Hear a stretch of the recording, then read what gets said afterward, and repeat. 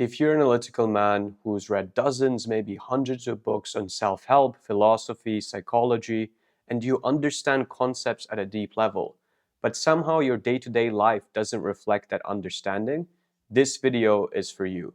Today, we are going to cover three things. One, the actual reason reading books doesn't actually change you, and it's not what most creators or most coaches talk about. Two, a story about 20-year-olds outperforming PhDs with licensed therapists in a developmental psychology and shadow work mastermind and what they were doing differently. And three, a simple practice you can take from this video and run this week to build access to a specific state that will compound with your belief work for the rest of your life. Before we start, just a quick disclaimer, right? I've been the guy who's read the books, who's listened to the podcast, who underlined the right sections and summarize everything to integrate stuff. So this isn't me looking down on anyone. This is me showing you the layer that actually took me years to grasp and understand. So let's start with part one, the shadow work mastermind story and how it performed my perspective, or how it transformed rather my perspective around belief work. A couple of years ago, my friends and I joined a mastermind with a psychotherapist with over 25 years of experience. He was the only therapist in a small town in Montana. So if someone came to him with an issue, he would work with them, and when the issue got resolved, he would just send this person in their way. However, because he was the only therapist, if the issue came back months or sometimes years later, he would be the first person to know. And he had something that most therapists or coaches don't actually get: real long-term feedback. And as a result of that, he built a very robust process to rewire belief systems towards a healthier path. The interjections, projections, split ego states, all the stuff that we actually use inside the debug pillar of data-driven actualization. So in this mastermind, we had me and my friends who were in our 20s and one friend in his 30s. And we had a background of doing over 2 years of TWIM meditation, which is based on loving kindness. And this wasn't a hobby for us. This was almost like we were doing this like athletes going all in, right? So we would do 60-minute sits, 90-minute sits, 2-hour sits daily for the last 2 years, staying in states of loving kindness, equanimity, or joy. And everyone else were in their 40s or 60s. And some of them were licensed therapists, some of them had PhDs in psychology, some people were working in universities or sometimes even senior positions at heads of departments of universities. So if we compare the two groups, the other group knew so much more intellectually. However, when our mentor, the guy who's teaching us, said, okay, let's go into the state of unconditional love, my friends and I could just flick a finger and we would get into it without trying that hard because we had the foundation of TWIM, while all the people with more information struggled. So here's what happened in that mastermind. My friends and I actually got faster results, although we weren't smarter. And the people with PhDs, they had more knowledge, but they struggled. And this is because we were able to access the state of the unconditional loving witness, the state in which understanding integrates, much easier than them. And to be clear, I am not telling this story to put the other people down. They're amazing people. I have great friendships with them and I have so much respect for them, right? I'm telling this story because what you need to understand here is the bottleneck for integration wasn't knowledge, it was access. And nobody taught them how to build the states they needed to create transformation in their belief work. So you might be asking yourself, okay, if knowledge isn't the bottleneck, then what is it? Well, let me show you a distinction that makes this click in one sentence. And once you see it, you won't be able to unsee it. Part two, this is when state become traits. The distinction that explains why smart men get stuck in their belief work and how to break through. So the distinction is understanding comes from reading and studying. It's mental. You read a book on self-compassion. You watch a YouTube video on shadow work. You listen to a Huberman podcast about emotional regulation. You get it. You can talk talk about it to your friends. However, you're not building access. Access is different. It comes from practicing a state, actually putting yourself into state until that state becomes available to you on demand without any setup needed. And here's the part that matters the most. There is a researcher named Daniel Goleman and a neuroscientist named Richard Davidson, and two of them spent decades studying long-term meditators, monks, and practitioners. And what they found is summarized in this book from their, or in this quote from their book called Altered Traits. The states you practice most often eventually become your traits. So the states you experience day to day, the most frequent ones, end up becoming the person that you are, which means if you spend most of your day in cycles of self-criticism, in comparison, in actions that activate your threat system and make you look around and think, oh my God, what could happen? Then that becomes who you are. And the thing is, no amount of reading another book about self-compassion will change the state that you're in, because that information comes through the prefrontal cortex. But if you spend even 20 minutes a day inside the state of unconditional loving witness or any other state that you want to install, that state starts installing, right? Over weeks, it's more accessible. Over months, you can bring it up in low stakes situations. Over a year or two, it just becomes a natural part of who you are. And you can bring it up in higher stake moments like the job interview or an argument with your partner, or when you feel like you failed at something that really matters to you, right? That's how a state becomes a trait, and that's the layer most books actually skip. However, there's a reason analytical men are the most common ones to be stuck in the trap of understanding without building access. I call it the analytical man's trap. The reason is, again, this was me too when I was in high school. I was studying math, physics, and getting really good grades.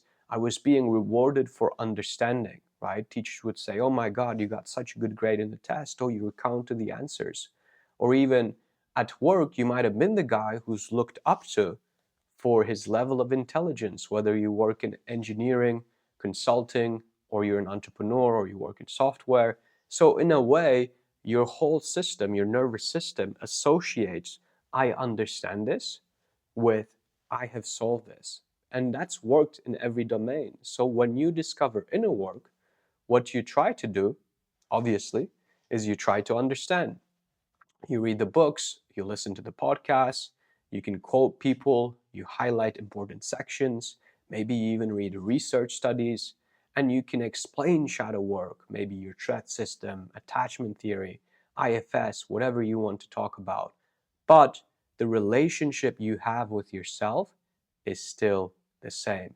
So understanding here gives you the dopamine hit, but it lives in the prefrontal cortex while your problems, your patterns exist in the limbic system.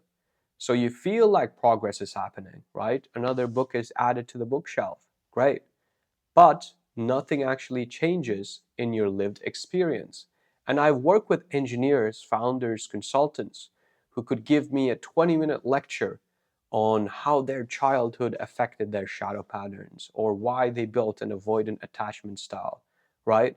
But even though they could talk about it intellectually, there was a split between what they embodied and what they knew in their mind, because there would be a situation at work that week where they would collapse into shame because their boss gave them critical feedback and they couldn't really perform at their best for 2 weeks just because of that system. So using understanding to create change once you have the fundamentals is like trying to grow your biceps at the gym, right?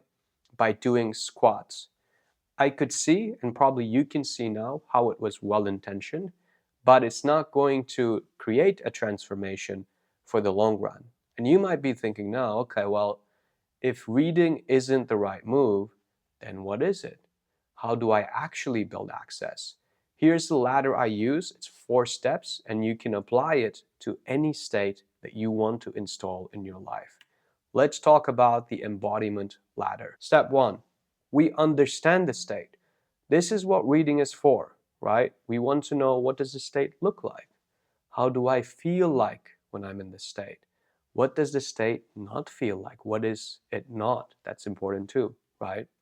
And the key here is just read 1 or 2 good books max. If you need recommendations, let me know. Most people overdo the reading. Step number 2 is building access. You have to actually sit in the state that you want to build. If you want to build loving kindness, I recommend TWIM or metta meditation. If you want to build calm, you can try slow breathing. If you want to build equanimity, you can do body scans. If you want to build focus, do a deep work session with your phone in the other room for 25 minutes, right? This part is the non-negotiable because it's the part that builds you access to the state. And the key that I want you to recognize is read less and sit more in the state that you want to cultivate. Ideally, 30 minutes daily for 60 days minimum. And that might look like a lot. However, if you take the reading out of your life and exchange that time with sitting in that state, you will find the 30 minutes daily. And that will transform your life. Because once you do that, you can move on to step 3, which is where we stabilize. This is when we look at whether we're able to hold the state in low stakes situations, right? Maybe you're stuck in traffic, there's nothing else to do. See if you can bring up the state. Or you're at a Zoom call for your work and it's 200 people and you don't really have to talk, you just need to be there, right? Practice the state. Shopping for groceries, practice the state. See if you can access this state in a portable way where you're no longer dependent on being in meditation, practicing consciously, and you can start flicking a switch and bringing the state up whenever you'd like. And 4, we want to be able to hold this state under threat.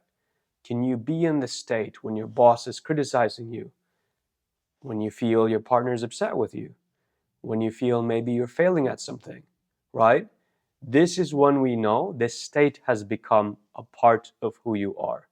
And the thing is, most analytical men are stuck somewhere between steps 1 and 2, right? They've read the books, they know what the state looks like, and maybe they even tried bringing it up, doing a little bit of meditation here and there, but they weren't really consistent. So they've never built consistent access.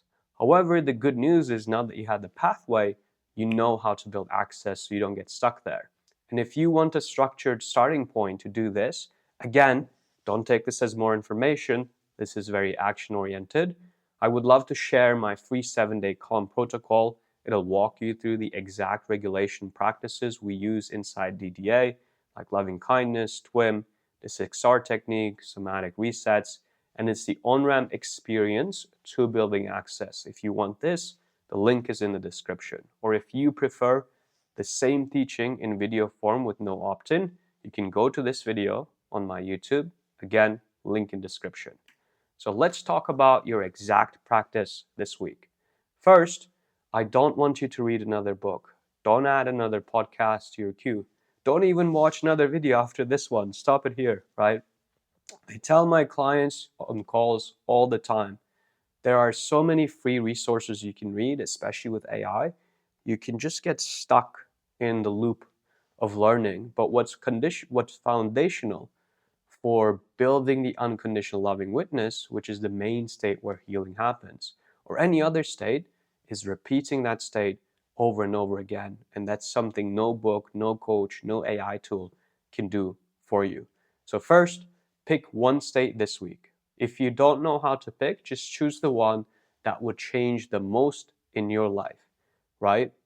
For most analytical men, a few common states that they can use practice in is staying calm under uncertainty or criticism, having the unconditional loving witness towards yourself, or building focused presence when it comes to conversations or people that you want to be around, right?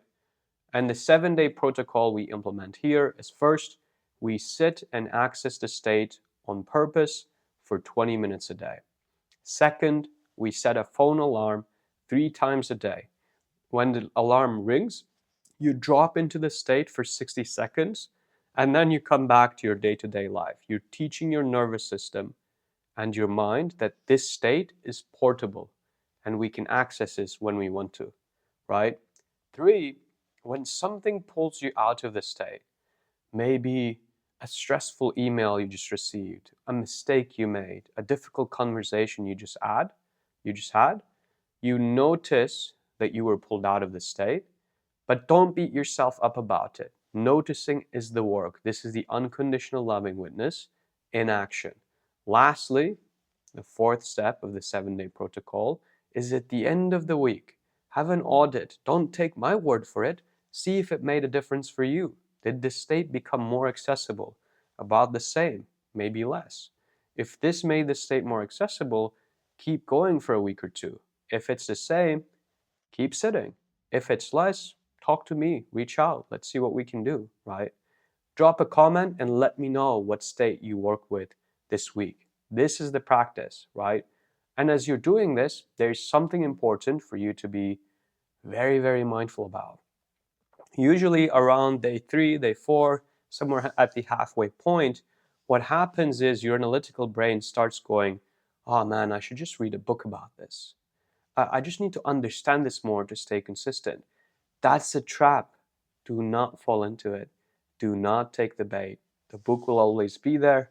Work on building access first. So here's a quick recap of what we talked about today. Number 1, books don't change you because reading doesn't affect your state. Number 2, states become traits. Number 3, smart men confuse comprehension with transformation. Number 4, the embodiment ladder. Understand, access, stabilize, and hold. Number 5, for this week, your practice is picking one state and just going deeper into that, not trying to do everything at once. And what the mastermind story proves is more knowledge or more credentials doesn't actually win. The ease at which you can access the state of unconditional loving witness or calm or presence is what helps you transform in your life. So if you enjoyed this, please drop a comment with the state you plan to practice this week. And if you want a structured starting point, again, the 7-day calm protocol is in the description to help you out where you don't have to do any guesswork. I hope this serves you in your journey. Thanks for watching, and I will see you in the next video.